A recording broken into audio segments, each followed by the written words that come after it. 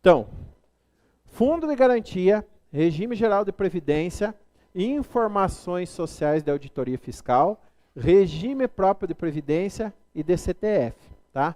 Nós criamos um centro de convergência de folha, em que vai gerar todos esses dados, vou ter esse centro, e esses órgãos vêm buscar aqui dentro essa informação, tá? Como que funciona no Web Service? Tá? Então são duas etapas. A primeira, o empregador alimenta um aplicativo próprio, ou seja, o programa da folha, né? Eu vou alimentar o programa da folha. Vai gerar os arquivos de acordo com os layouts pré-estabelecidos.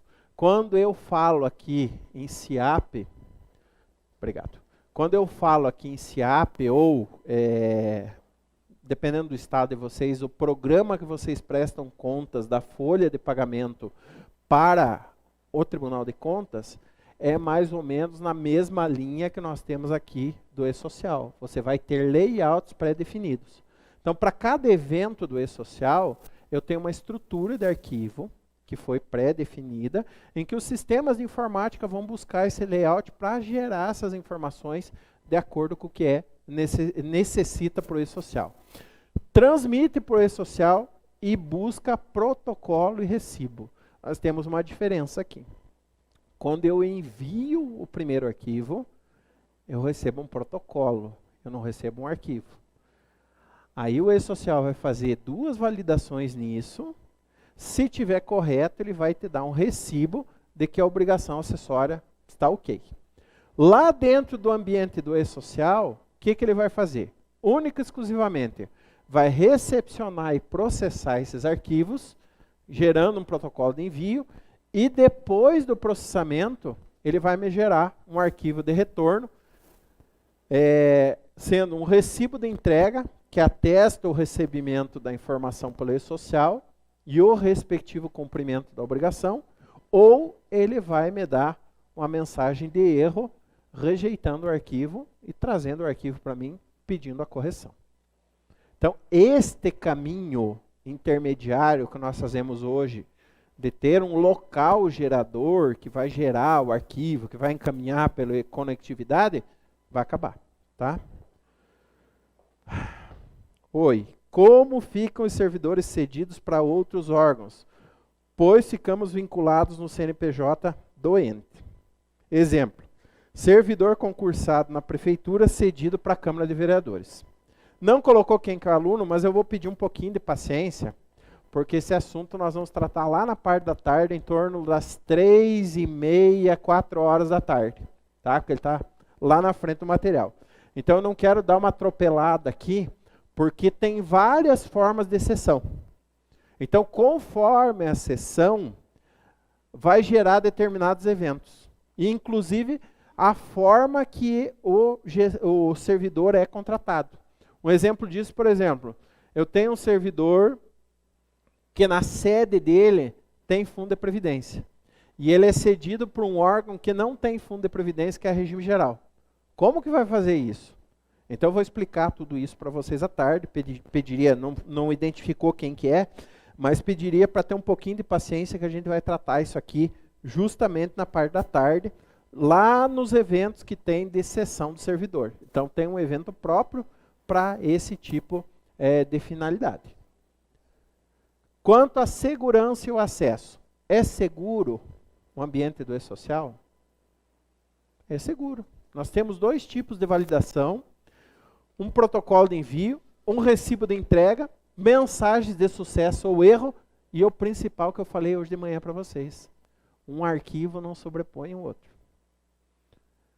Então, não adianta eu dizer o seguinte, essa informação não fui eu que enviei, que foi errada, não fui eu que enviei essa informação. Eu não substituo esse arquivo. Então, eu tenho uma informação X, vou mandar ela de novo, vai ficar KY, a X não vai dizer esse X não existe, é outro X. Se eu mandar 10 vezes aquele evento, 10 vezes ele vai ficar gravado lá. Se as 10 vezes derem erro e só processar na 11ª, ele vai ficar as 11 vezes lá o arquivo. Tá?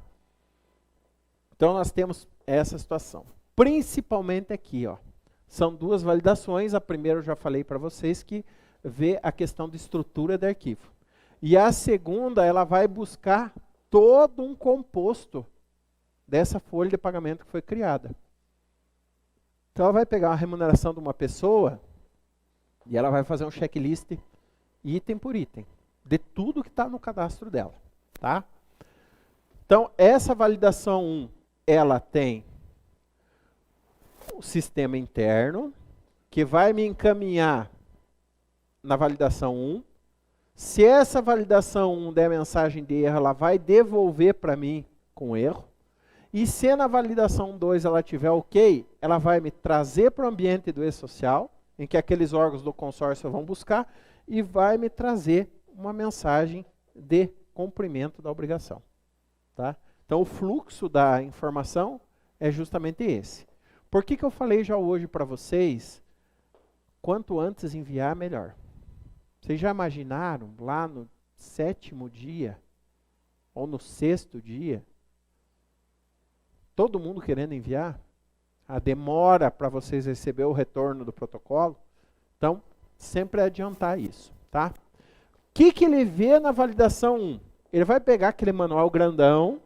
Quem tem 2 telas lá que trabalha na prefeitura não imprimiu, né? Mas quem tem uma só provavelmente imprimiu, pega aquele e vai folhando. Os desenvolvedores de sistema, eles trabalham justamente com aquele layout. Então, o que a validação 1 vai fazer? Vai buscar os campos obrigatórios e a validade dos formatos. O arquivo, o campo e a estrutura.